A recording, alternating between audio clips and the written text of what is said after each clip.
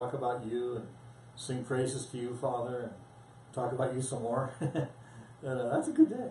Mm-hmm. And Lord, we ask that you just inhabit the praises of your people, Lord. Help us to please you. In Jesus' name, amen.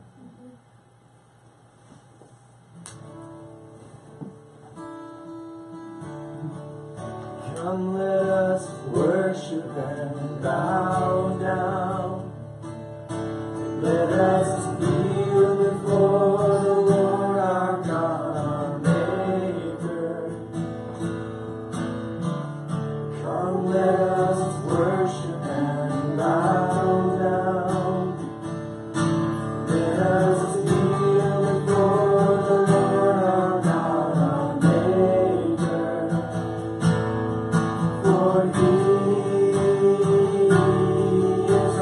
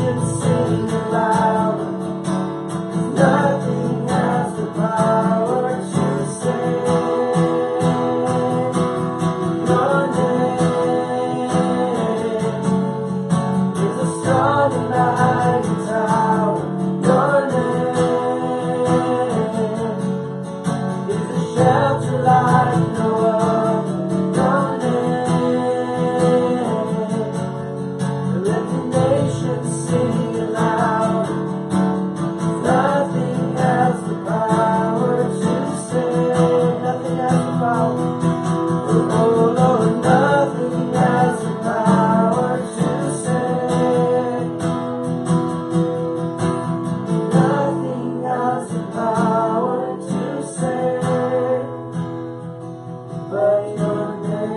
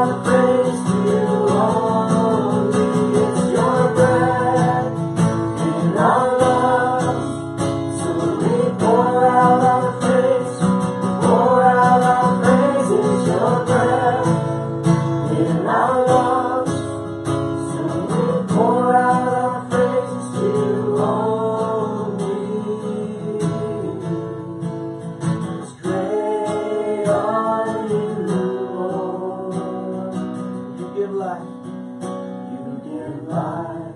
You are love. You bring light to the darkness. Father God, thank you for bringing light into our lives. Lord, thank you for opening our eyes to who you are, Lord, to your great love. And Lord, we thank you for loving us, and Lord, we just want to love you back. And so we pray that you would guide every part of our conversation this afternoon, and that you'd be pleased, that you'd be glorified. In Jesus' name we pray. Amen. Amen. Well, even though there's only a few of us here today, Grace and Nick and Olivia are watching.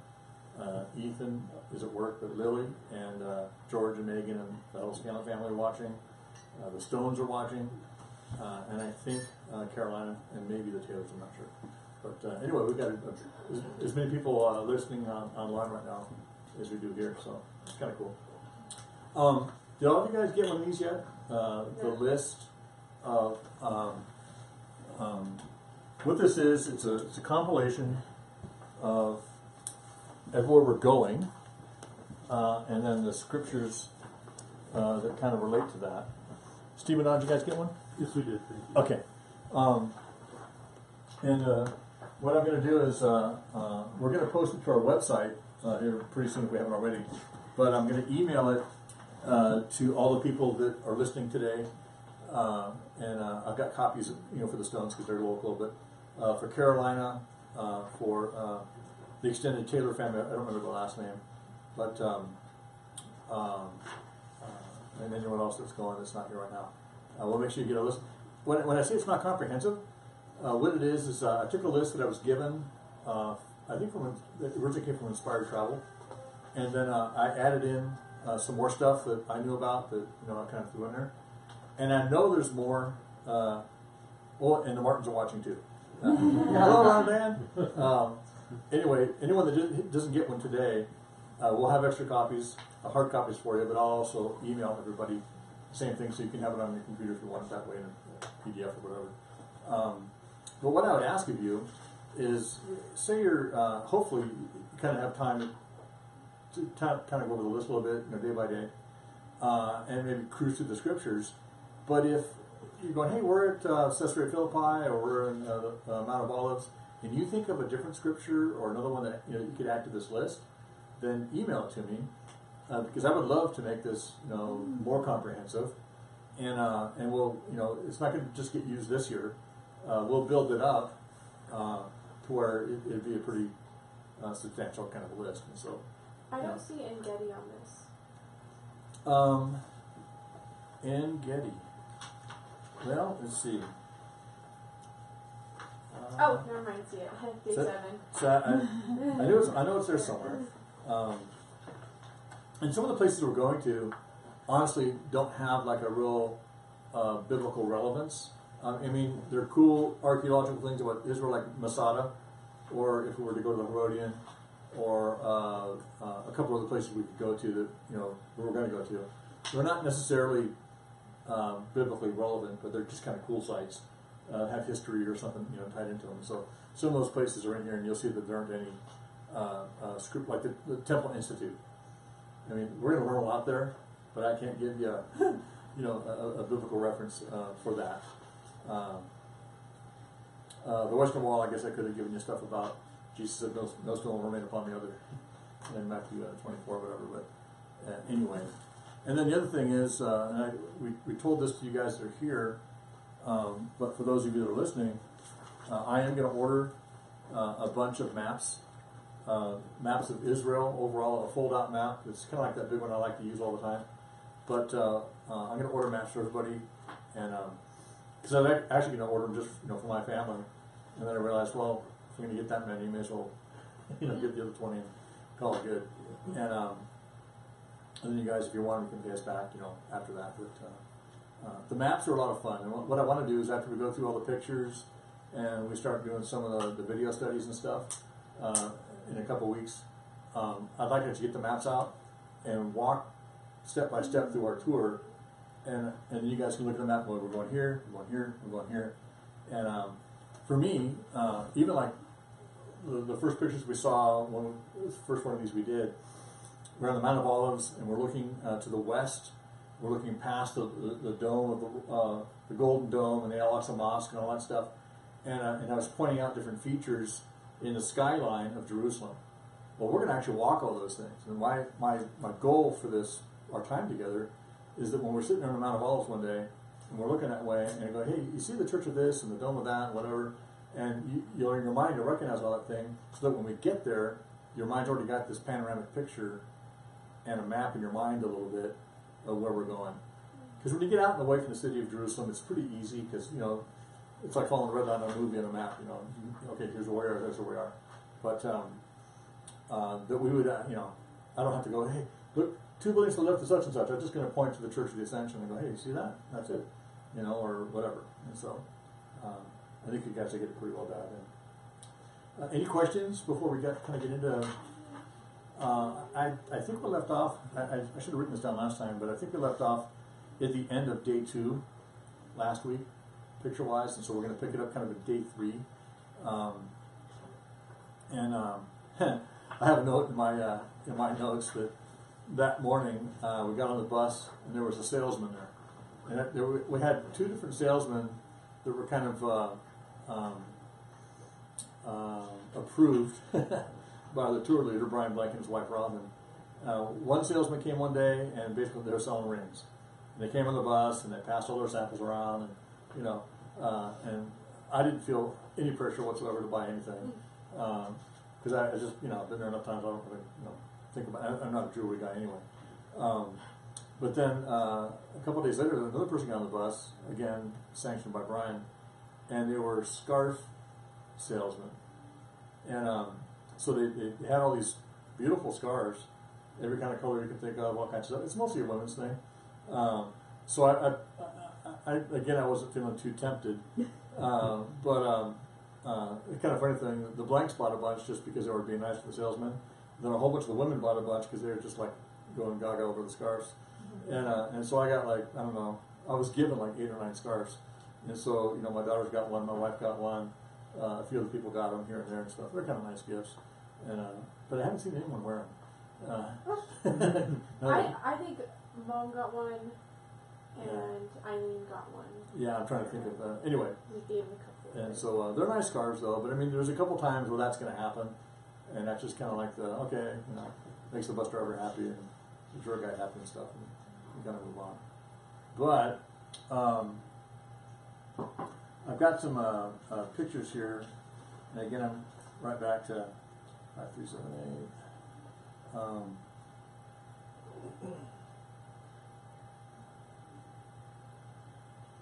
going to attack this one. Okay. All right. I got it to actually work kind of fast. And then Apple TV number 2. Boom. Oh yeah, like a rock star. Okay. The last couple of things you did was the Zion Gate in the Old City and the room for the Last Supper. Okay. So. But we didn't really go over the room for the Last Supper. You just mentioned it. Yeah. And we're kind of a little bit past that, but I'll point that out to you. Once again, we'll look at the skyline from the Mount of Olives. It's not the Church of Ascension. It's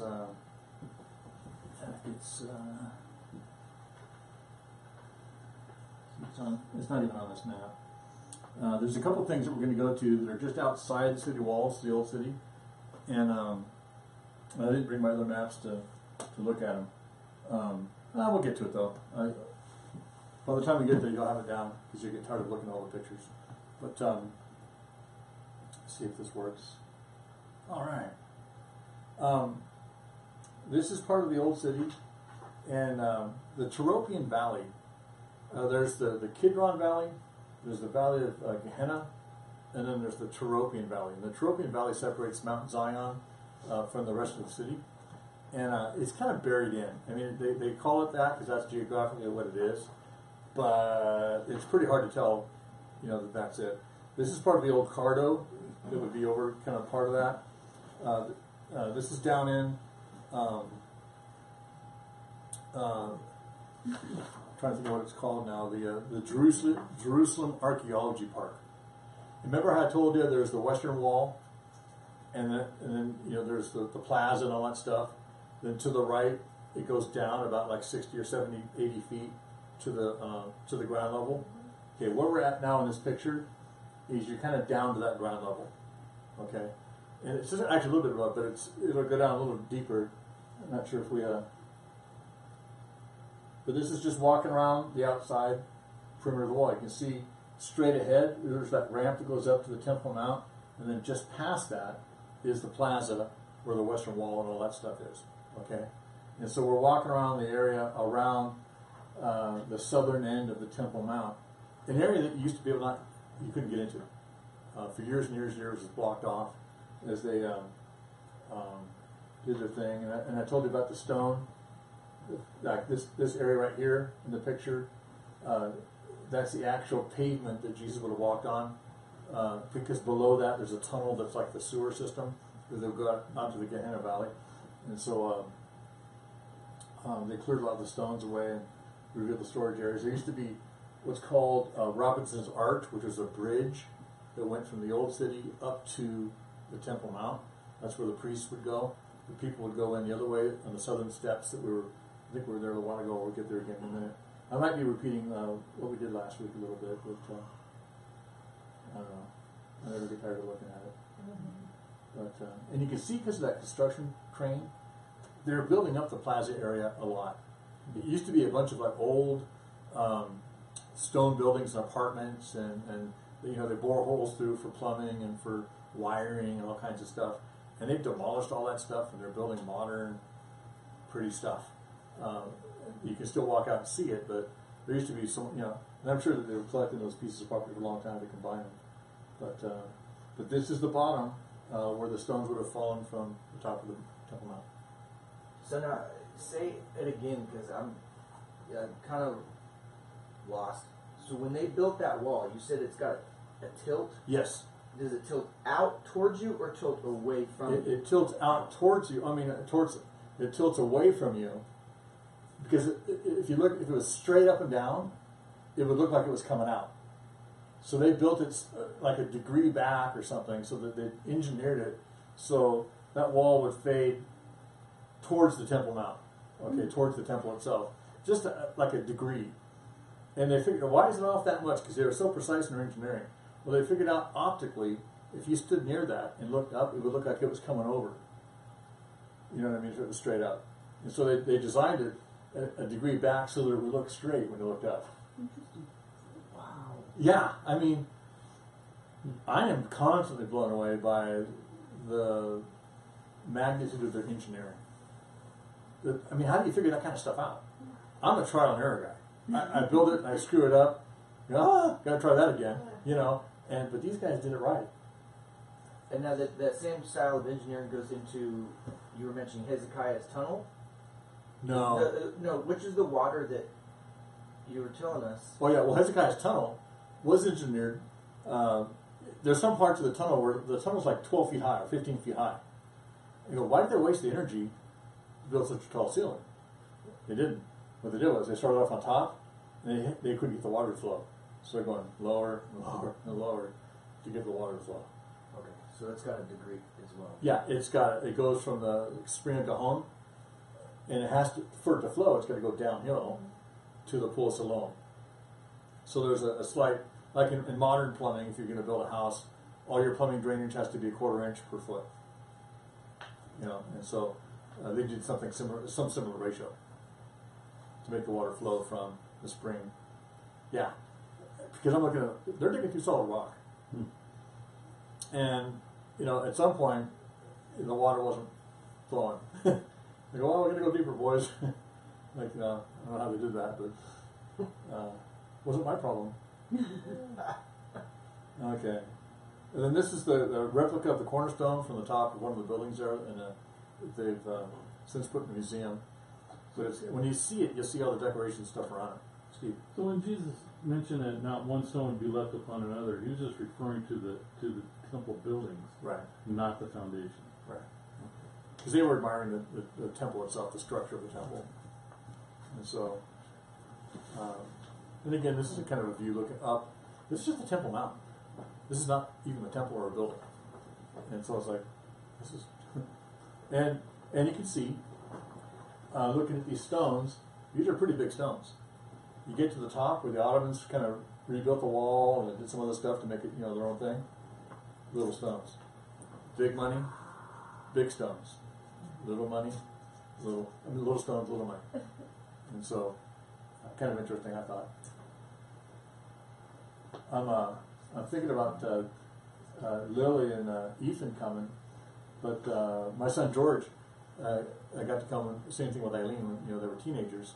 And so they're seeing some of these pictures, but they would never have seen this, the trip that we took, because in 1999 all this was closed off.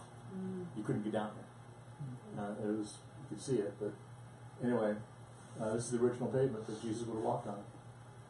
And even the days that I went back in '99, all this is covered in rubble. And to your left, there's storage rooms and all kinds of stuff. There was a bridge over the top of this called Robinson's Arch. That would have been a bridge from that part of it to this part of it, going over the top of this walkway, the cardo area and all that stuff. And so... Why was it removed? Huh? Why was it removed? What do you mean? Oh, the arch? It was destroyed during the Roman time. Oh. It used to be there, and that's what the priests used at the time.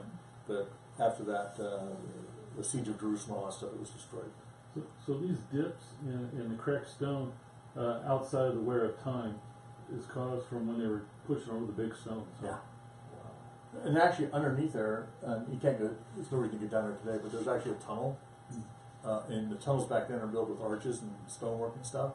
But underneath this, there's a tunnel system, their sewer system. They would ship all the sewage out to the Valley Gehenna. So the stones made that much damage, but didn't damage the tunnel below it? Well, they can. I don't know everything about the tunnels, but I mean, they know there's tunnels down there that were for that purpose. And it did. You're right. It didn't completely collapse them, but did some damage obviously to it, because I mean those things were falling from 100 feet up. That's engineering in itself right there. Yeah. Keeping those tunnels from collapsing. Yeah. I just wonder if they're in arches. Yeah, I believe they are, because all the tunnels I saw were like that. And so, dead ahead, you see all the small rocks that build that wall. Well, that's something that was built since then. And then behind that wall is the what is the Temple Mount, the Western Wall, all that stuff. And so, and it's been built on and torn apart, rebuilt by different generations over time. But these are big stones, obviously, but they lead back into storage areas where they would store grain and food and things for the temple back in the day. Where did they keep all the animals for sacrifice? They kept them actually outside of Jerusalem, Outside? in different places, and they brought them in as they needed them. They didn't keep them in the temple area. So when they came in the temple area, they were ready for sacrifice. So will we be going by the area where they would do all the sacrifices?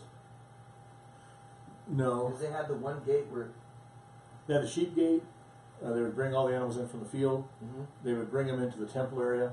But the temple area today, the top of the Temple Mount is controlled by the Arabs, by the Waqf. And that bridge that we saw a minute ago, go back to, oops, it's not. Oh man. Yeah, I know. It's like, hey, how do I get out of this now? That one bridge, that one area we saw with that walkway and the little stones, remember in the walkway? Okay, that leads up to the Temple Mount. The Temple Mount, and the temple was on top of that, plus a bunch of other ancillary buildings, storage buildings, priest places to live, all kinds of stuff. Anyway, the animals they were only sacrificed in the temple courtyard, which is different than what the Temple Mount is. So you had to go past the gates into the temple courtyard, and then there was the court of the Gentiles, the court of the women, then the court of the priests. Or there was another court where the men could go, but then there was a court where only the priests could go into. And that's where they actually sacrificed the animals. And so all that's on top of the area that's controlled by the Muslims right now. So we're not going to go up there and see that. When we get to Shiloh, you'll be able to be where the Holy of Holies was, and just outside of that where the animals were sacrificed, and there's animal bones there everywhere. I mean, they dig them up all the time. The tabernacle was in Shiloh for like over 1,000 years. And so it was there being used constantly, sacrifices, morning and evening, all that stuff. And then other people coming to camping out, waiting to go bring the stuff to say. So they've dug up animal bones all around that place. And we'll be there, but you'll be able to see that. We're not going to go to Shechem. I wish we were, but that's where the Samaritans built their temple and their altars of sacrifice, and they use it. It's crazy. The Samaritans, and I don't mean to be derogatory when I say this, but they're a bunch of inbred people because they only marry within their group. And there's only like 1,200 of them left anymore. Mm-hmm. But they've had some real problems because they stay within their group. And the kids are leaving, the young kids are pretty much leaving because they're tired of all that. But as a group, they've stayed within their group with marriages and stuff. They had some problems because of it. And but yeah, they still have the areas where they sacrifice animals, the whole thing. I got to walk around and pretty crazy stuff. And I'm sorry, I'm not sure what I hit with what button to land on there. So I got to go through.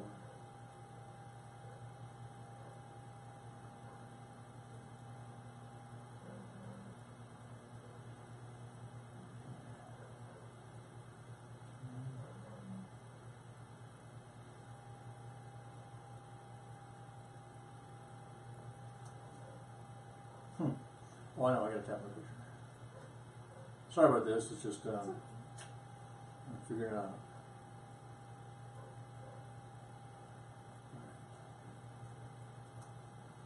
Alright. Back to big dog status. And I don't know, I'm hoping that the people that are watching this at home can see it. I got a little bit backed up here, so I'll flip to these kind of, that's about where we were, give or take. And this is that cornerstone that they replaced and modified. Now at the outside, southern wall. I think we're working our way around to the southern steps. And these southern steps were where Jesus did his teaching on if any man thirsts, let him come unto me. And John 7:37 or so. Pastor Turkey's did a great teaching here as well, and I'm looking forward to being there to do that. But these are the public steps leading up into the temple area. This is where Jesus would have come in. This is where the apostles would have come in, and that kind of thing. This is where maybe the lame man would have been healed by Peter and John as they walked in. A lot of cool things happen here. And you can see there that the Turks built a lot of stuff around the wall, replacing the walls in different places and doing that kind of thing. So are you allowed to take pictures inside the museums? For the most part. Okay. There's a couple places. There's a couple of places where they won't let you, like when we're in Qumran. Mm-hmm. They don't want you taking pictures because they say the flash will somehow degrade the light. Somehow degrades the scrolls. They say the same thing when you get to there's a museum called the Museum of the Scroll. Yeah.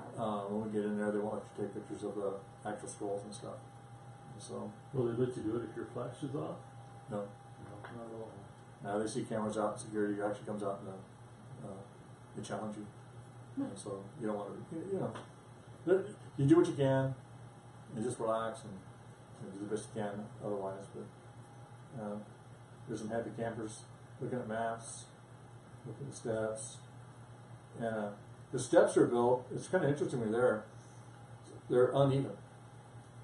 And you think it's like they rebuilt it wrong or something, or they added to it. They're built so that you got one or two steps that are one height, and then one step like a tread. Then it'll be a long step like 4 feet wide, then a couple more, and then a short one, then a long one. The idea was you couldn't just run into the house of God. When you walked up, you were walking up reverently. You were making a real trip, and it wasn't like like the little kids run around church sometimes.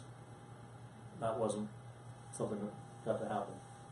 No one just ran up into the temple. It was a process to ascend to the temple. Yeah, I mean everything was built with purpose, and kind of cool stuff. This last picture, I guess I can't back up.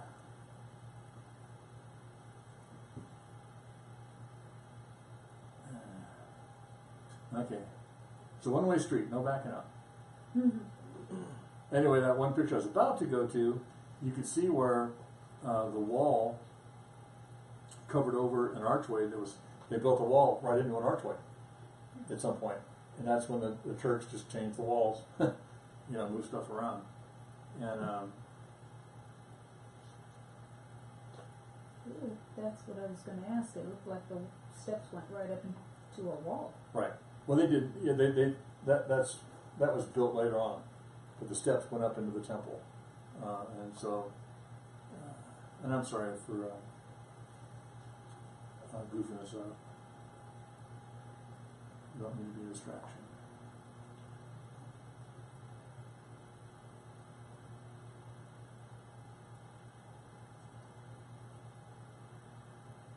Where are these steps at? What's it called? Called the Southern Steps. Okay.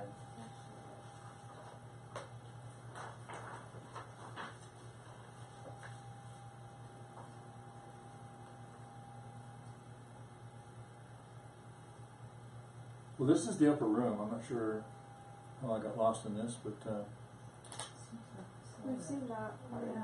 yeah, I thought you had. But anyway, there's the upper room. Not too far. I'm going to go the other way. Did we go over the garden tomb? Yeah. Yeah. Okay.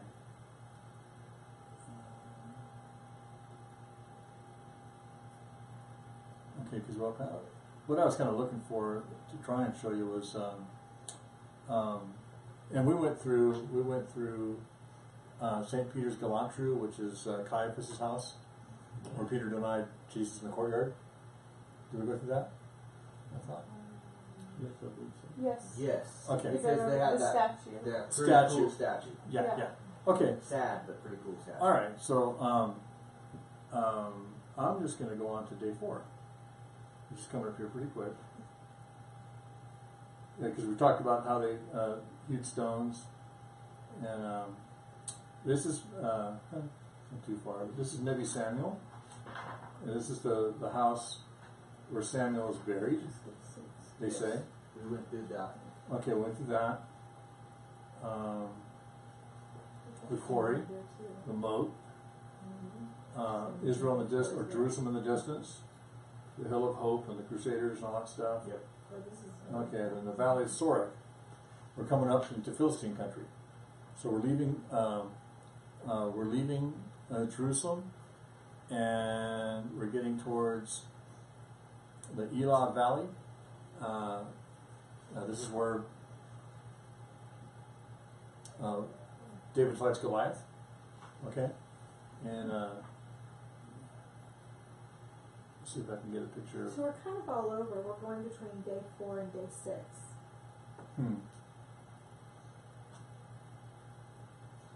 Southern Steps was day 5. The Elah Valley is day 6. Okay, so we, in my, okay, Just on this thing you handed out to us. yeah, hopefully, that's the other thing that's going to happen when we get there. Yeah, 55, 63. I have an idea of how we're going to do this, like, day by day by day. But the tour guide, when we get the schedule together, going, this is all messed up, and or he may say this is available. It's not available on the day you want to go, but if you want to go there, we can do it on the next day. Then we got to swap something from day 7 and put it on day 6, whatever. And so there'll be some flexibility in that, and we won't know or care. The only part for us is kind of tracking, kind of knowing where we're at. And so even if they do mix it up, hopefully it doesn't mess us up too bad. Whew.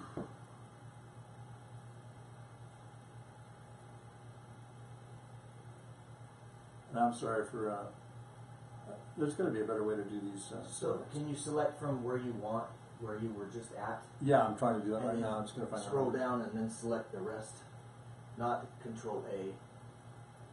Oh, just hit like Shift and then like that. There you go. Yeah, that just takes a while because there's a lot of them. Yeah. Hey, but we got time, right? I got to tell you, I really appreciate your guys' patience. I love going through this stuff, but it can be kind of tedious, you know, for those that aren't really like so thrilled by it. I don't I'm find it sure that's far enough tedious for at all. today. I find it very interesting. Well, I'm glad you do, because you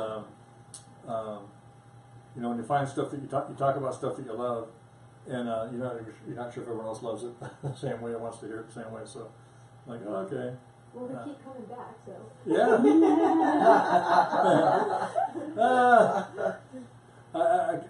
I won't comment. I get in trouble, but I'm glad you do. Okay, so this is near the valley of Elah, the Elah Valley. This is where David fought Goliath, and I've been on different tours and look at it from different angles, and it's really a lush green area. You can see where they would have had vineyards and farmland and all kinds of cool stuff, and this is the remnants of a Crusader monastery that's built in that general area, and just kind of a historical thing. And again, we're looking at where David fought with Goliath. So you can imagine the Jews up on the hillside on one side, the Philistines down on the hillside on the other side, the army in array, and they don't even, neither one wants to attack up the hillside, so they're waiting for their armies to come down. Well, the Philistine army, a little more confident, they're kind of ready to go. They got their champion out there, and they're saying, hey, we'll just do one man fight one man. You send down your champion to fight Goliath, and whoever wins, wins, And so Goliath has been out there for 40 days, basically blaspheming the God of Israel, calling the armies of Saul a bunch of cowards and all kinds of names and stuff. And David gets there and goes, ha, that ain't gonna fly. And basically David ends up going out there and doing the thing, right? But What is the significance of 40 days? 40 days, typically in the Bible, is a number of judgment. Okay. And so 40 days and 40 nights it rained on the earth. And there's a bunch of other 40s, like 40 years in the wilderness, stuff like that. And so we're going to be there in the springtime, so it'll probably be green grass and clear blue skies for the most part. It'll be really nice. That's looking up towards the city of Gat, the Philistine city of Gat. You can actually go there today. And the Kish and some of the other places are pretty cool to go to. I've kind of gotten past my notes here, so I don't know where I'm at, but that's back in, these are the Shepherd's Fields, and so I remember that's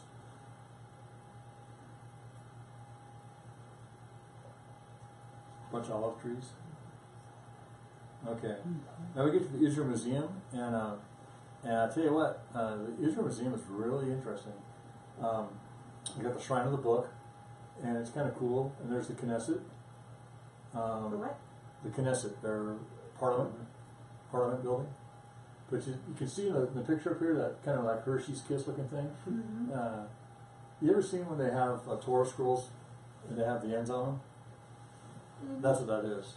It's the end of a Torah scroll. That's why they designed it that way. And so, which I was kind of like, whoa, that's kind of, they really like their Hershey Kisses there. And they've got a garden that goes all around that, and some of the carvings and ruins of different things. You see a lot of tombs, Roman tombs, Grecian tombs, Jewish tombs. And so, and the Romans were really big on carving, marble and stuff, and making all kinds of Crazy cool. it's still there. What's that? So it's crazy it's still there. You know what? In more modern times, people have really kind of gotten into the archaeology and the facts and all this stuff. But for years and years and years, nobody cared. The Muslims never cared. Like all the Muslims ever did, when they found statues that looked like they were cool, they would break the heads off and the hands off and deface this, because they didn't like having anything that related to Judaism or Christianity. And, it's just really kind of sad. But I almost think that this is an area we should go the first day. We end up there the fourth or fifth day, whatever it is. But This is a to scale model of Jerusalem in the days of Jesus. Oh wow. Where's that at? And that's at the Israel Museum. And it was actually built somewhere else, and they had picked it all up and brought it here and put it down. Yeah, but it's so cool because you can walk 360 degrees around it, and it's your map in front of you. Wow. And honestly, I think that they made the map off that versus making but you can see the Kidron Valley to the right here, that gutter looking thing, and then you see the Ophel, the city of David.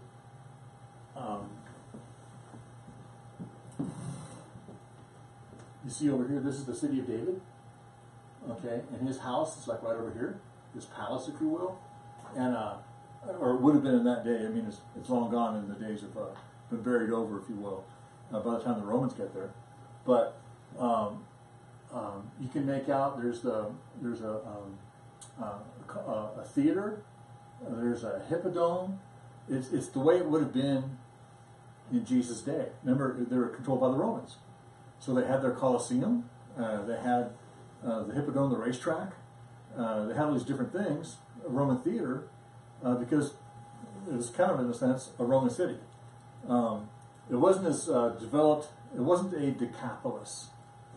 When we get to the northern end of the country, to what's known as the Decapolis, Deca means 10, polis is city, 10 cities. To be a Decapolis, there were requirements. To be a Roman city, you had to have walls around your city, you had to have a library, you had to have a Colosseum, you had to have a Hippodrome, you had to have, and I forget the other requirements, but there's a bunch of requirements for you to be a Roman city. And basically at that point, when you lived there, you were like a Roman citizen. So where's the Colosseum there? You see the theater over here? Uh-huh. And then there's, I can't see it really good from here, but when we get there, you'll see it. And is that where they threw Christians in there? And No, I don't know what they did there exactly, because the persecution of Christians took place after all that, and it took place mostly. I mean, it took place there here in Jerusalem, but it took place mostly in Rome. They ship them all the way back to Rome and do stuff from there. Can you zoom in a little bit on that picture? Maybe. Let's see if I so can. what did they do in the Colosseum? They had games. They had gladiators. They had all kinds of crazy stuff. So if you can zoom in a little bit, can you show us where you think we're going to be walking around the wall? The Rampart Walk. Yeah. Yeah. Yeah. All right. Oh wow! Awesome. All right. Now that's cool. Okay, there you see the Wow. the theater, and you can see it's they would put tarps over the top of it, or tent kind of stuff. All right. Obviously, this is the Temple Mount, Oh, is that bridge you're talking and about? that's the bridge. There's two bridges. There's Wilson's Arch and there's Robinson's Arch. Robinson's Arch, I think, is the closer one. Get my cursor over here. Okay, remember where the corner of the building? Uh-huh. Right there, that's where that group is standing. That arch is obviously gone now, okay, but that was a little land bridge that went up into it. Then farther over, they had another Wilson's Arch, okay, but there was also an aqueduct that brought water into the temple area and stuff like that. And then back over here, you can see the Antonia Fortress. And you can see what an impressive structure the Antonia Fortress was compared to the temple. And the temple, by the way, is just this structure.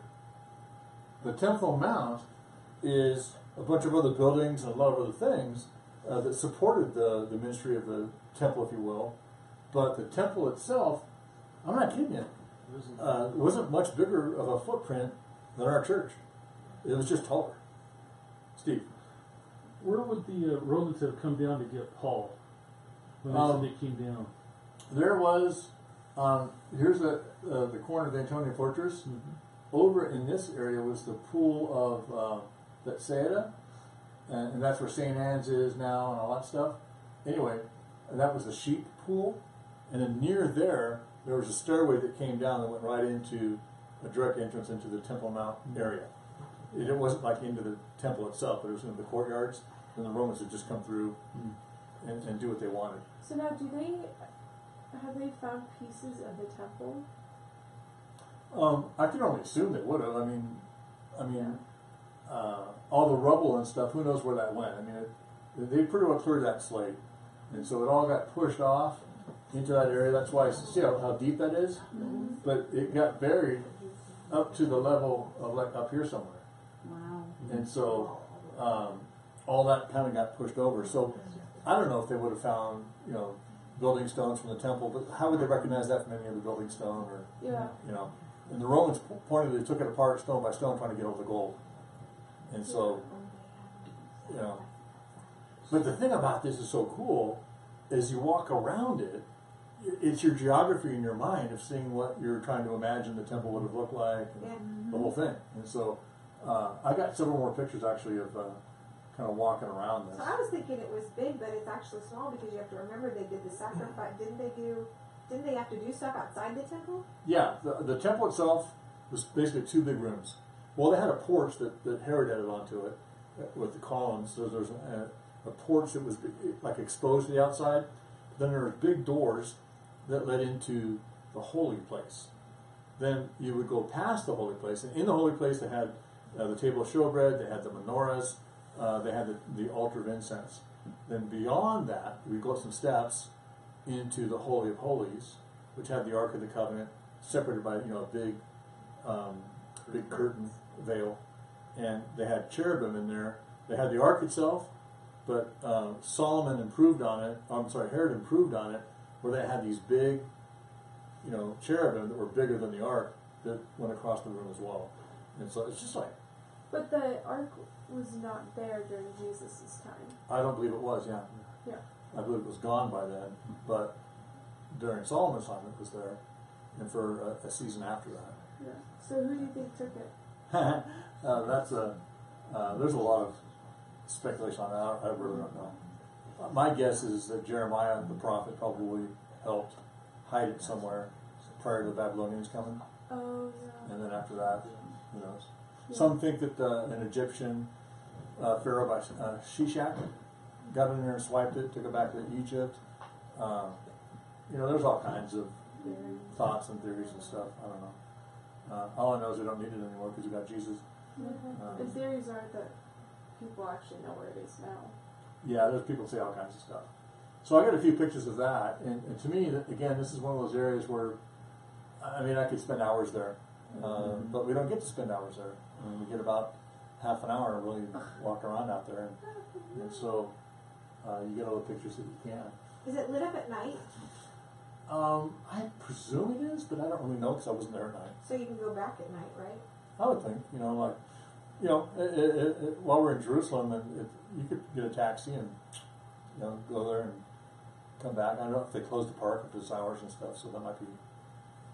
John. So I was just telling Deb that when you're looking at the Temple Mount, when you read in the Bible about, when you see it in the perspective and how huge and grandeur everything is, when Jesus was walking with his disciples and they were in awe, going, "Wow, this is," because you could see how amazing it is. It is the only building like that.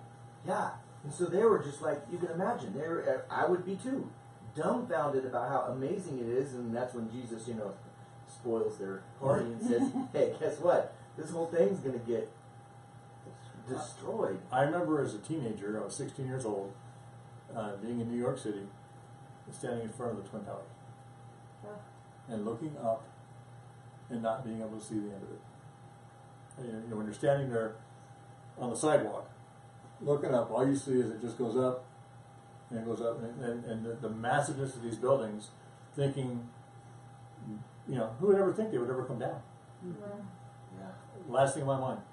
And the temple was the skyscraper of the day. When we talk about Nebi Samuel and the Hill of Hope, they come over that hill, they see the smoke rising from the temple and the sacrifices, think, "Oh, we're almost there," and keep going.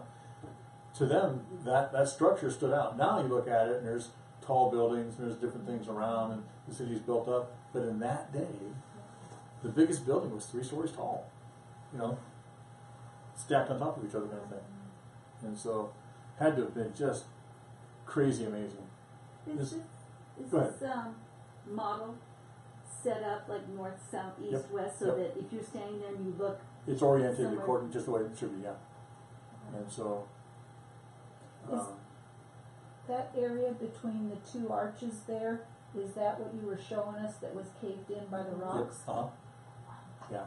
How, there's no person standing by this model, how, I mean, How big is it? Like, Yeah. scale wise? yeah, Um, football field? no. Maybe the footprint of this house. Oh, Oh, wow. I mean, maybe a little bit bigger, but not much. You can see the guardrail fence, Yeah. the little 3-foot. Let me keep Yes. throwing it. Oh, I didn't. Yeah, see the I was guardrails? trying to Yeah. see how big that was. Those guardrails are about like 3.5 feet tall. Yeah. But it's, So it's about like and you can see these land. these doorways over here. That's like going into restrooms or something. And so, it's pretty good size, but it's still. And I took lots of pictures because I knew I could blow them up and play with them and stuff. But I love Oh, that. there's a person. Mhm. Now you can tell, really. Yeah, That's super neat. it is so cool. Hopefully when we go, it'll be empty like that, Yeah, Probably not. so we can get the good pictures. Man, that's amazing. I want to say that part right there is Herod's palace. With the They don't have towers? little things up telling you? They do. They have perspectives in, Oh, okay. where you can identify all that, and you might even be able to see it on. I've got. I didn't bring it. This was a modern time, but I got another map that shows what it looked like based on this thing back then. The building with the orange roof is what you're thinking is Herod's Palace? That tall structure Oh, right there, right. dead center. Yeah, Wow. yeah. He didn't chance. which gate would that have been with the three things coming off of it? Hmm? The couple slides back, you had a gate with like 3 roads coming off of it. Yeah, Which gate would that have been? I don't know. Offhand, I have to look at. I'm afraid to hit the back button. So. Yeah. What about you? To go backwards.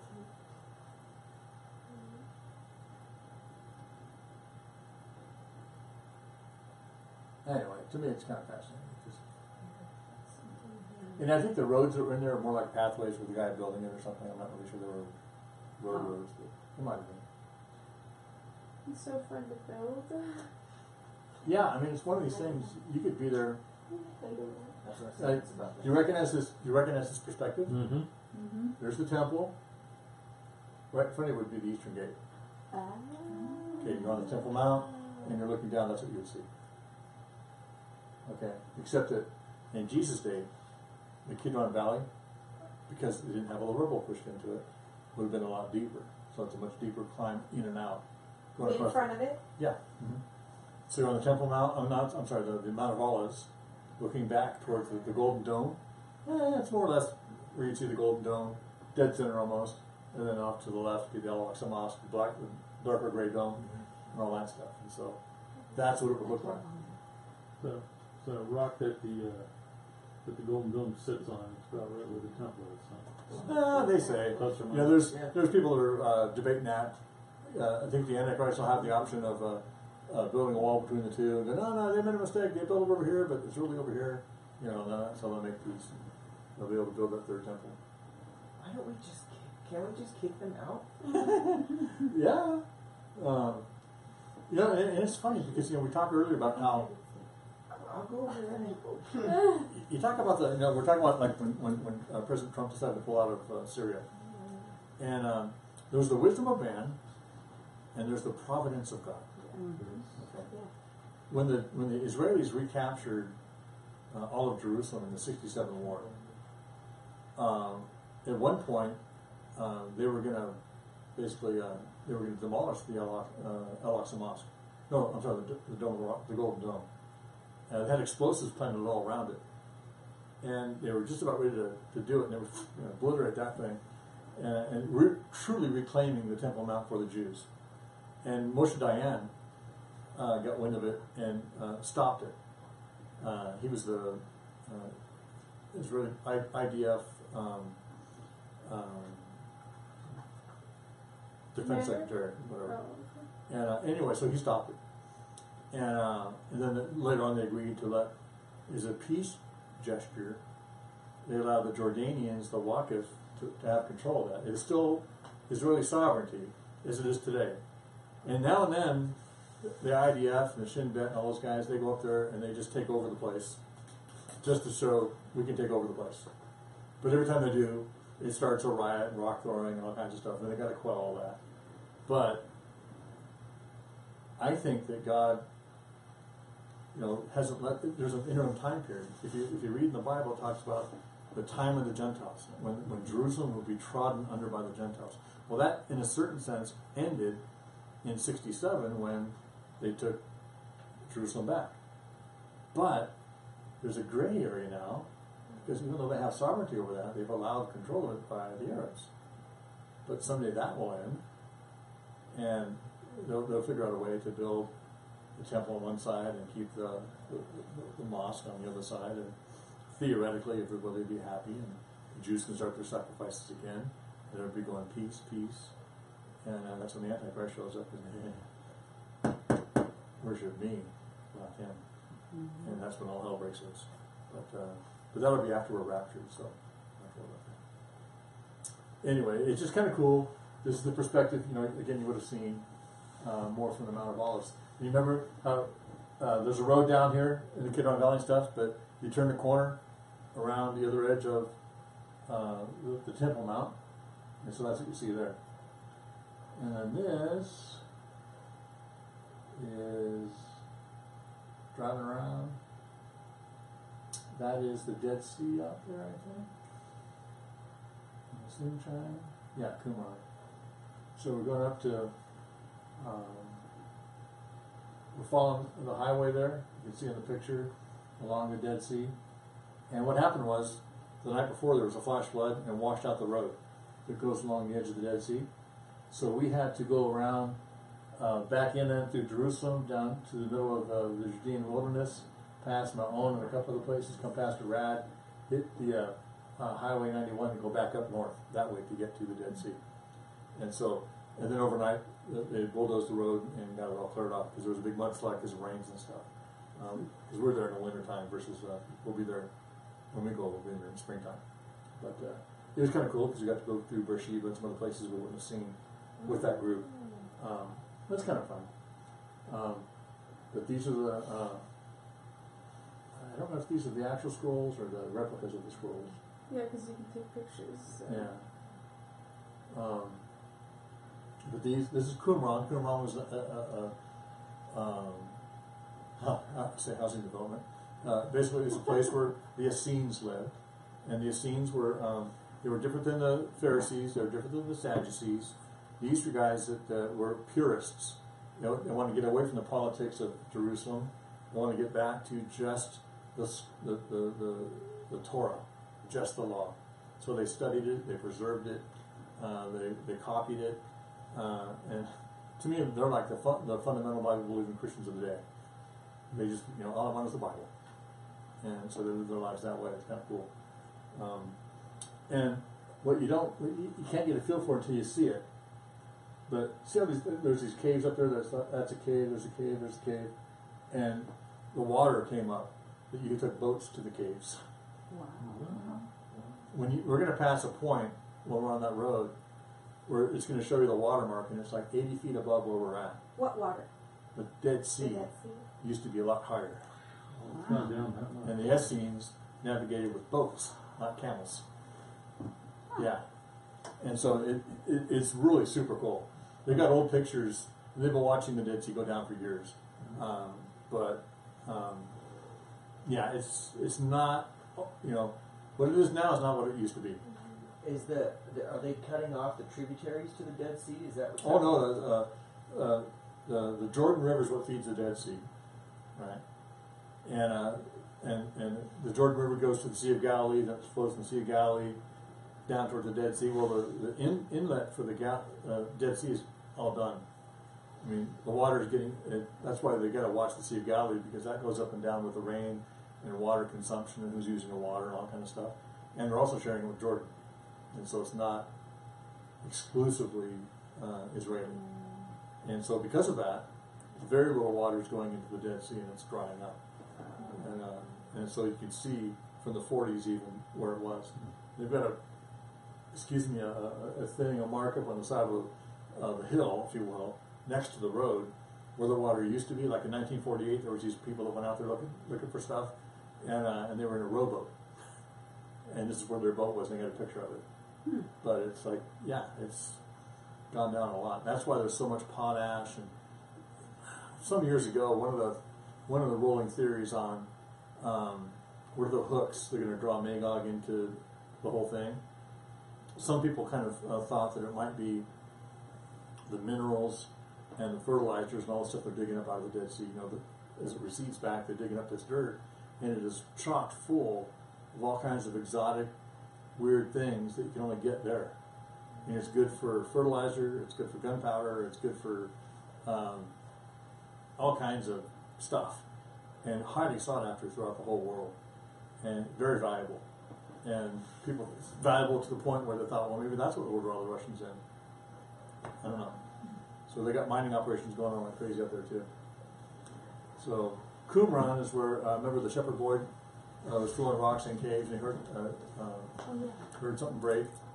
And then he goes, hey, what's that? Went up to investigate, and it was clay jars full of scrolls that the Essenes had hidden, because when the Romans came in and started reconquering the country after the rebellion, the Essenes weren't part of the rebellion, but they were kind of caught up in it, and so they went out and they hid all the Torah scrolls to preserve them, thinking they would come back someday, and apparently none of them ever came back.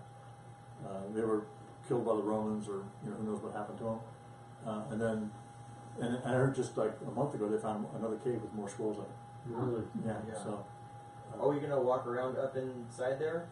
Or No. is that as close as we get? That's about as close as we get. We could, but it's a matter of time. It's about, it's a little deceptive. It's about not quite a mile walk out to it, and uphill and stuff, and you get in there and look around, and then it's a mile back, but it takes time. And our schedule just kind of won't permit that. But we'll go through a museum that shows you pictures of the inside of the caves and how they found things and stuff, and different things. It's really fascinating. Some caves they found, they got these things where the jars were pretty much intact. The shepherd boy that found these first scrolls gathered them up. His dad came back with him. They gathered them up, and they drove them into Jerusalem or Damascus or somewhere, and were basically trying to sell them. And we're selling them, and getting some money for them. Some guy figured out what he had and bought them all, and then where'd you find them? Then that's when they started their thing. But they were like, hey, I get these things for $20, And I'll tell you another story when I have more time about the Alexandrian text and how they found some of that stuff. But anyway, to me it's fascinating because as they unraveled the Isaiah scroll, except for one or two letters in the whole thing, and Isaiah's a pretty big book, the exact same as we have in our Bible today. The Masoretic text, which we had in our possession for almost a couple thousand years. The Masoretic text is the text that our English Bibles translate the Old Testament. There's debate and discussion about the New Testament manuscripts, but nobody debates the Old Testament because it's all the same text. Well, it was set for a long time. This is the text, the Masoretic text. Then they discovered the scrolls in Qumran, and they have almost a complete thing of Isaiah. They got bits and pieces of Ruth. They got other books and stuff. But as an example in the Isaiah text, there was a negligible difference, like two letters or punctuation things that were different. That's the only difference out of the whole thing. So they go, well, we know that it was carried through faithfully the whole time. And then they were saying that for years, then they found one that's like, 2,000 years old, and it's the same. It just validates the fact that you can trust the Bible that you have in your hands, to me, and that's kind of what that means. But anyway, there's a bunch of different caves up there, and I think there's like 11 in all, and they're pretty inaccessible. You got to figure these guys are hiding the scrolls to keep the Romans from destroying it. And they found one cave where the scrolls and the pottery were so destroyed that our hypothesis is that a Roman soldier actually finally got up there and found something, and was so mad that he, with his sword, probably just hacked it apart and destroyed it and cut it all up, just to keep anybody from ever being able to use it. But it isn't like an animal got to it. It isn't like the elements got to it. It was obviously like somebody got up there and purposely destroyed this. And so, there were some casualties along the way, I suppose. But pretty cool stuff. And that day was a pretty stormy day. That day was a day that we were glad to have jackets. It's one of those kind of hard things. I mean, if you're going in the summer, it's going to be like 85 degrees the whole time. You don't bother bringing your heavy jacket. But in the springtime, it could go back and forth. So that's kind of why you want to bring, some layered clothing. And they're still digging up there. That's an archaeological dig.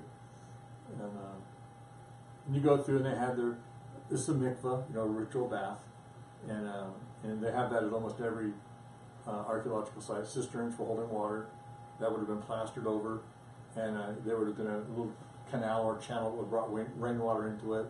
And it would have, in that day, it would have been covered, so sunlight's not on it, so it keeps the water fresh and doesn't turn green, kind of stuff. And so, pretty sophisticated stuff. They had kilns, and you see all kinds of stuff up there, and it's really just, it's a history lesson everywhere you go. And so this is all still Qumran. They have the storerooms and the pots. And that's the Dead Sea out there in the distance. The sun coming through in the morning. It's pretty big. Yeah. It's big. But it's beautiful.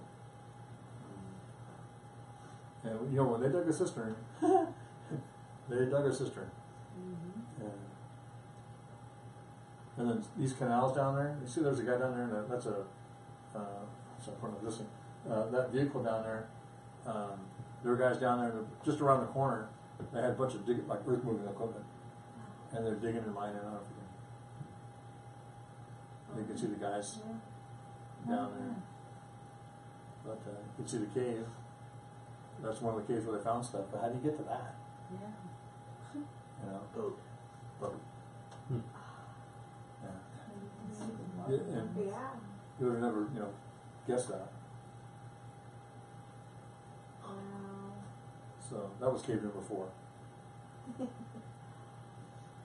I tell you what, taking notes on something and taking a picture every now and then really helps you get oriented. And having a telephoto lens helps.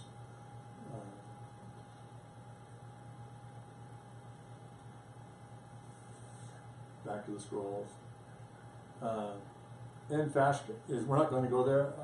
If I could talk the driver into stopping there for a little while, if we have time, we're going to stop there. But it's basically a nature preserve along the Dead Sea, and it's cool because it's got fish, it's got all kinds of plants and water life, and it's a lot like what the area that John the Baptist would have been in his day, and so it's kind of like that.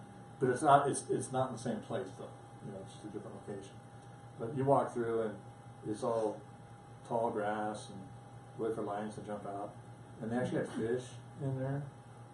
And but you wouldn't expect to see that in that particular area. So they're all taking pictures. Like, I've never seen a fish before.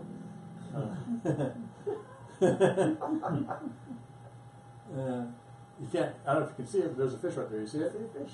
Yeah. Oh yeah. Right Yes. there. Yeah, fishy. Oh, Blends in pretty good. But anyway. And so now we're making our way, I think, north to the Galilee. And so you're going to go through Samaria and all that stuff. And you can see it's pretty green. It won't be, it's like here, in parts of our spring and summer, it's nice and green. Beautiful place. Then August, you're going to go, not as beautiful. But these were all Arab areas. That means, and the camera's out of focus there, but that's a bunch of sheep on the side of the road. And sheep and goats there. This is now the Dead Sea. Yeah, McDonald's. I went to that McDonald's. What a frustrating experience. Well, first off, it got kiosks, so you're supposed to order on the kiosk, and you can choose languages. English, German, Japanese. Whatever you want to do. It's kind of cool. But nothing there's like here. They have a Big Mac, but it's not a Big Mac. And then you get the Big American, which is like a real hamburger, but it's big. But they screw stuff up, and the people that don't care is weird. And you can't get cheese on it anyway. Doesn't quite bother. But anyway, this is the result now with this. You know, taking this from our window, and I think we're in the same place. It's not that place, but that's the place outside my window. So I took a picture of that. And that was my view from my room. Kind of cool. And that McDonald's is in the middle of a mall, and it's just kind of a, you know, I could walk to from my hotel room, just walk across, or to McDonald's, walk to the mall, and it's kind of like going to a flea market. It's not our version of a mall, but you know, close enough. See, there's a lot of resorts down there, and I think this is now up on Masada. Well, that's Masada right up there. We're getting to it, and we're all going to go to Masada. It's going to be fun. And again, this is not a biblical site. It's a Jewish historical site. Still pretty cool. And the way we're going to go is you're going to get to, and this is just a different picture of the model. Now we're up on Masada. We're going to take a tram, like a sky tram kind of thing, to get up. You can, and it's an option if you want to do it, you can go, there's a trail that goes up. It takes about 40 minutes to hike the trail. It takes about 10 minutes to ride the tram. I found the tram to be a lot less sweaty. But it's fun. I mean, I did the, I'm trying to remember, I think I did the, no, I didn't do the hike up that way. I hiked up the backside with the Roman Siege ramp. I got to walk up that all the way there. And that was a lot of fun. And you'll see a picture of that in a minute. But you see that square, these squares over there? Mm-hmm. Those are Roman encampments. They would build walls to secure their thing. And so all the way around this thing, you're going to see these Roman encampments. And they really did lay siege to it. Nobody was going to get out. And so this is on top now. And it's a big area.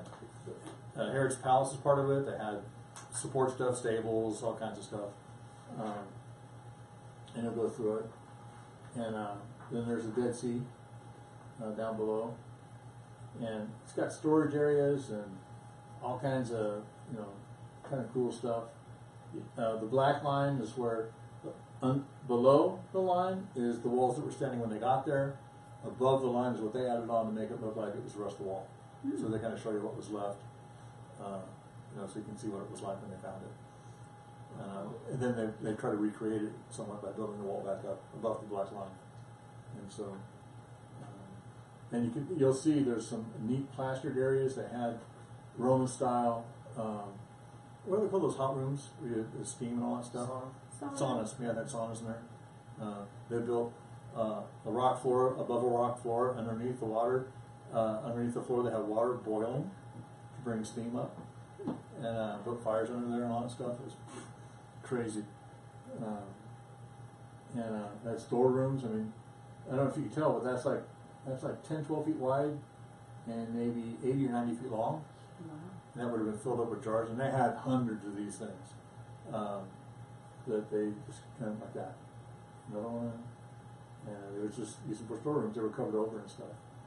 But they have the bathhouse because Herod was, you know, as much a Roman seemingly as he was anything. But and they got models of it. They have still some of the frescoes and different things. Ritual bath, mikvah. So they're pretty faithful with that little black line to show you. Yeah. They want you to know that here's what we found. We completed part of it, restored part of it. You know, so that you're not thinking you're walking into a ruin. It was like, oh look, they left it this way. That's cool. Yeah, I think it's kind of like, to me, like italics in the King James Bible sometimes, or the King James. You know what they tweaked it to make it sound right, but you know, it's not always the original. Anyway, those pillars supported floors, and underneath was boiling water, and the steam would come up. And yeah. They had the fires down there that would heat the water up. And they got you get a better feel for it when we get there, but I forgot what that is. Oh, here we go. The lots. This is a sad story. When the zealots were up there, and they've been locked up there for quite a while, the Romans have been trying to get up there for a while. It took them 3 years to build the siege ramp that you'll see. And at one point, they were pushing a siege engine up the ramp. And the people inside realized that they were going to be, the wall was going to get breached, the Romans were going to come in. And what the Romans typically did, they killed all the men, they ravaged the women, and then anyone that survived was made a slave. Actually, they ravaged the women, but they were more afraid for their sons than they were for their daughters because of the rampant homosexuality in the Roman army. And so they knew all these bad things were going to happen, and so they made an agreement. And the agreement was that every man would go home and kill his wife and kids. Every man had to kill his own wife and kids. Then the men would get together, and the leaders of the families would kill all the men in their family. Then the last men would draw lots, and one guy would kill all the last of the men. And then the last guy had to kill himself. And those stones you saw were the lots that they used to determine who was going to do that. And they left a huge pile of weapons out in the open courtyard. They left a huge pile of food and water. And they're saying, we didn't give up. We could have fought if we wanted to. And you didn't defeat us. We just decided we weren't going to go the way you said. And they killed themselves. And every recruit from the Israeli military, the IAF, the Air Force, the IDF, the Defense Force, or their Navy, INF, they take them up there, and that's where they have their graduations. And they said, this is how we will go, if we ever go. They will not beat us. We will not do the Holocaust again. We will not do all this stuff again. We will not be conquered. And, I don't know what their plans are. But, back in the day, the United States, when we were battling Russia during the Cold War, it was a mutually assured destruction, MAD, M-A-D-D. And I don't know, the Israelis have said it will never happen again. And if they are ever getting overrun, I can see them nuking themselves. All of a sudden. Because that's what they've been saying for the last 60 years. And it's never going to happen this way again.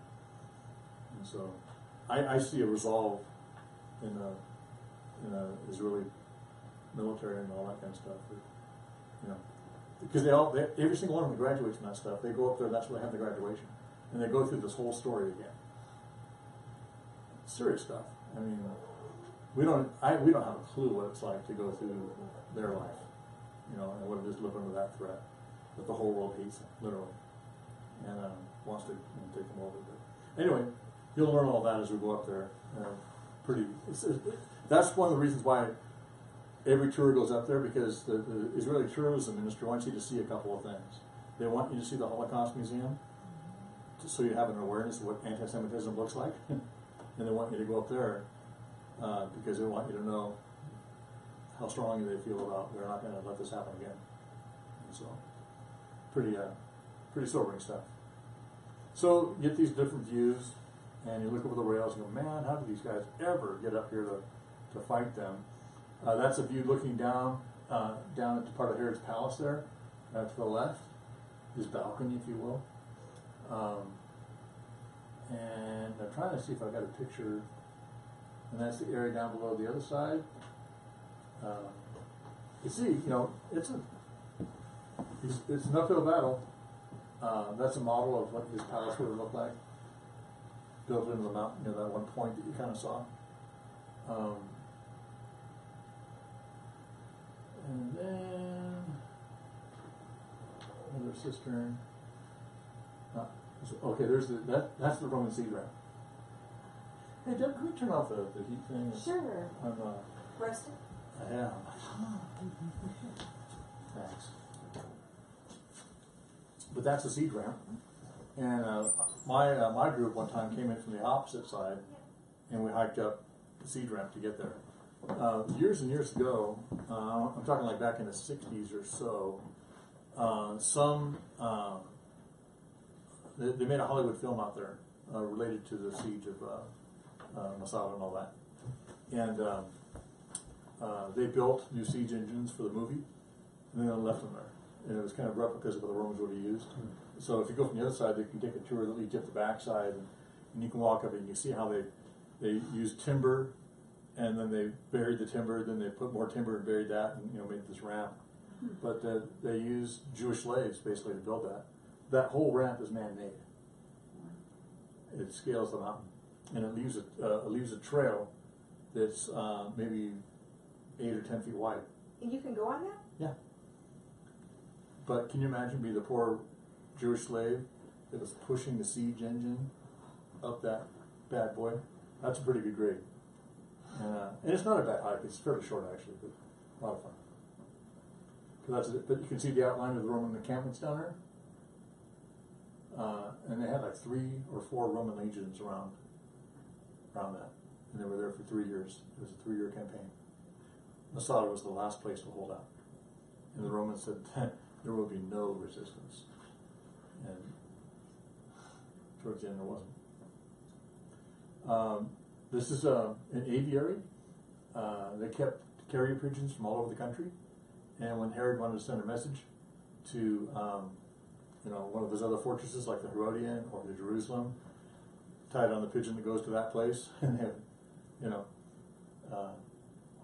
yeah, kind of cool. So they could actually communicate with the rest of the country via carrier pigeon. Way more sophisticated than people think. But that's a depiction of the siege engine going up the ramp. What that would have looked like.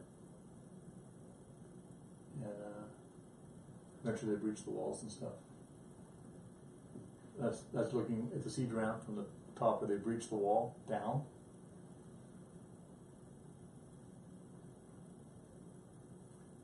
And these are the rocks they put in slings, and they made it from the bottom to the top.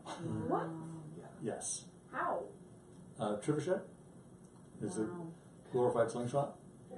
But yeah, and they gave us more ammunition. They would take these things and roll them down against the Romans. And so, I think it's the Jews that have been to Bowling. I'm not sure. Just kidding. My wife used to go, Michael. Anyway, but these are the rocks that are thrown at each other. Wow. You see a lot of these in the Herodian and stuff too. The older buildings. That's the tram wires going down to the museum down at the bottom. And cool thing about the museum down at the bottom is, I don't think I've got a picture, but every place you go, they've got a big ice chest full of good humor ice cream bars. Or I forget the name of the other one. Mag bars. Yeah. Oh yeah. Yeah. Anyway, this is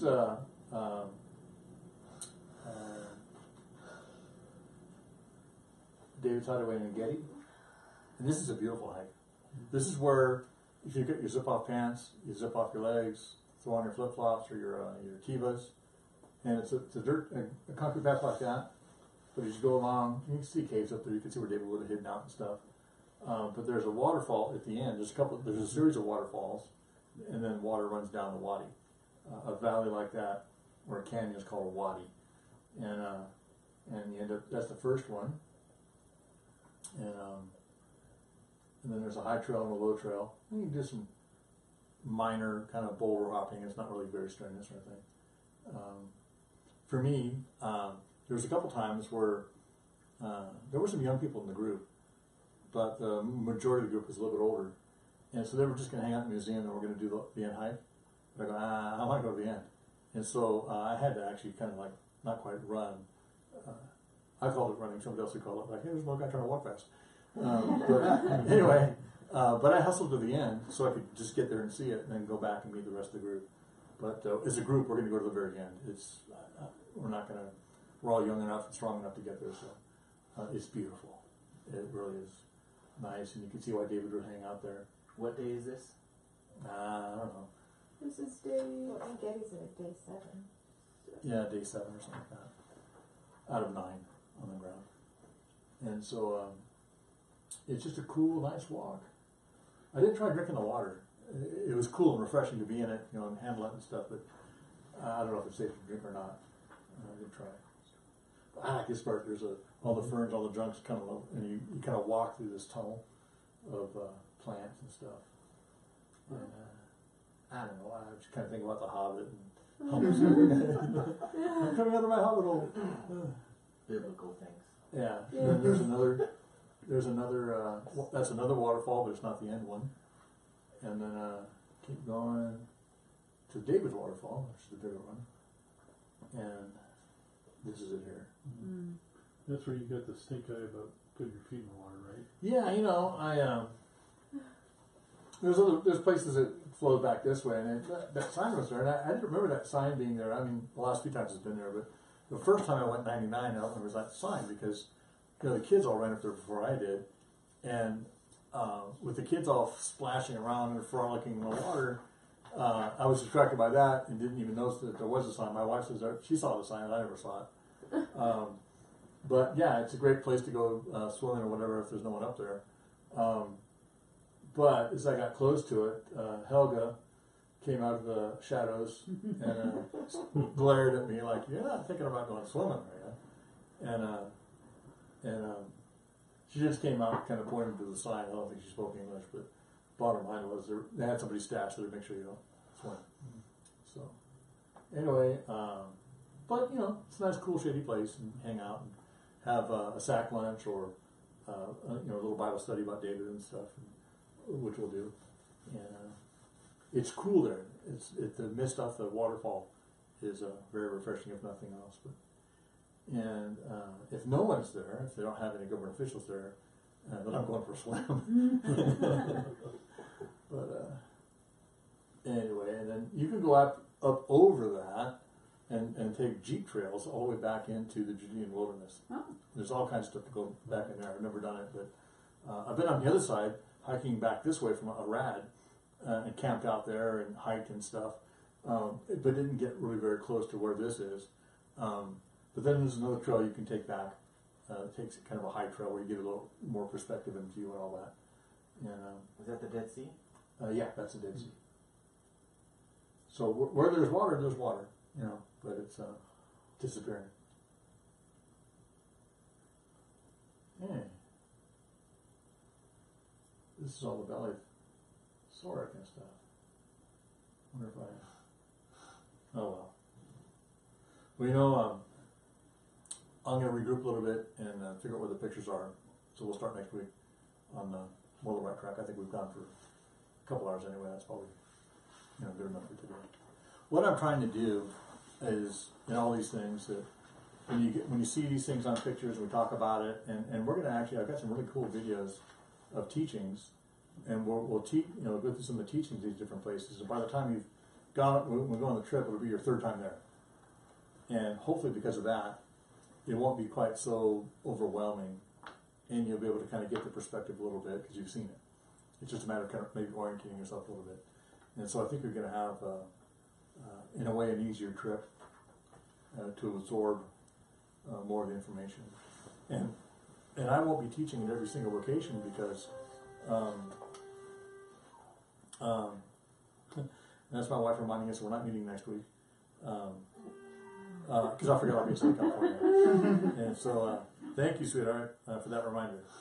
And some people have Siri, I have Grace. But the idea is to get you oriented, you know, and kind of a little bit familiar with it from a distance, and then we'll go through some of the teachings of Pastor Chuck and Hardy Ben David, and then another guy. I can't remember his name right now. But that's why I was saying, sending me kisses. And I love you too, baby. Ray Vanderland's the other guy. And he's a guy that I've studied and listened to long before I was a pastor that does tours to Israel. That's all he does, basically. And he does a lot of teachings on all these different sites, many of which we're not going to go to, but I'm going to pick out the ones we do go to, and then we'll listen to him. I think you'll be blown away. And so we'll do teachings at some of the sites, but the tour guide will do a lot of the pointing out where things are. I'll be pointing out where things are. And then we'll be doing Bible studies at some of the sites, but really the big thing is to get there and see them, you know, and then take your pictures and stuff, and we can actually do more talking about that, you know, back home or whatever. But you're going to have a lot of good, awesome memories. Trip of a lifetime. I'm so excited. Anyway. Anybody have any questions before we shut it down? You said this guy is going to do some of the teachings? Is it like What he does, audio or something? videos. Videos. Yeah. There? Huh? There? Yeah. How? If we're going to be walking around. No, what we're going to do is when we get done going through all the pictures, and we're at day 6 or 7 at this point. Mm-hmm. Oh, you mean here? Yeah, and so what I'll do is leading up to, we're still going to listen to Pastor Chuck teach at a couple sites, so you get to see the sites from a different perspective. R.A. Ben David, my favorite tour guide, we're going to watch some of his teachings on video, but I want you to get used to a Jewish voice that's not easy to understand. You know, the heavy Jewish accent as he speaks English, because that's what you're going to listen to for a couple of weeks when you get there. And the first time I heard Aryeh, I hadn't been to Israel in quite a while, and it took me a couple of days to latch on to get connected to his voice.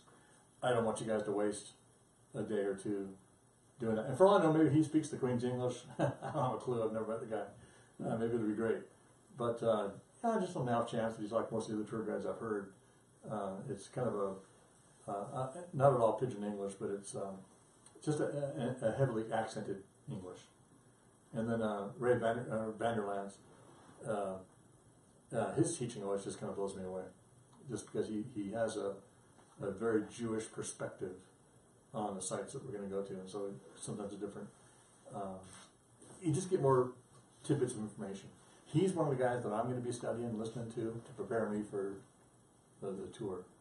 I'm almost afraid to let you even listen to him because you're there him and you go, why don't you just stay home, Pastor Mike, and just play the videos along the way, and that'll do it.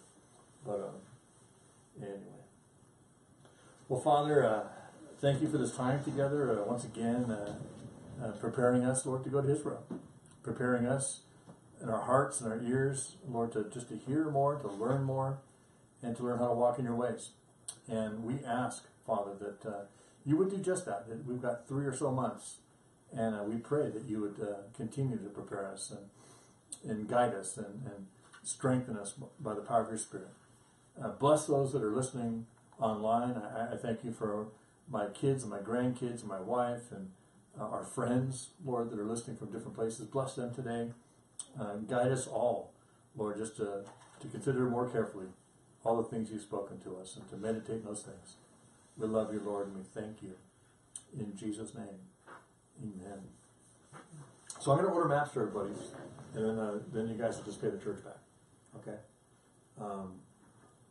Figure that one big order, probably save on postage and stuff. We'll go from there. Anyway, I don't know. God bless you guys. Oh, I don't mean to keep you awake. It was getting